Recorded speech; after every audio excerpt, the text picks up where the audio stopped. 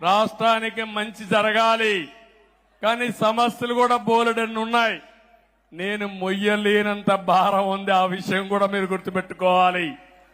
మీకు కనపడినంత ఆశాజనకంగా లేదు. ఖజానా ఖాళీ అయిపోయింది, అప్పులు విపరీతంగా చేశారు.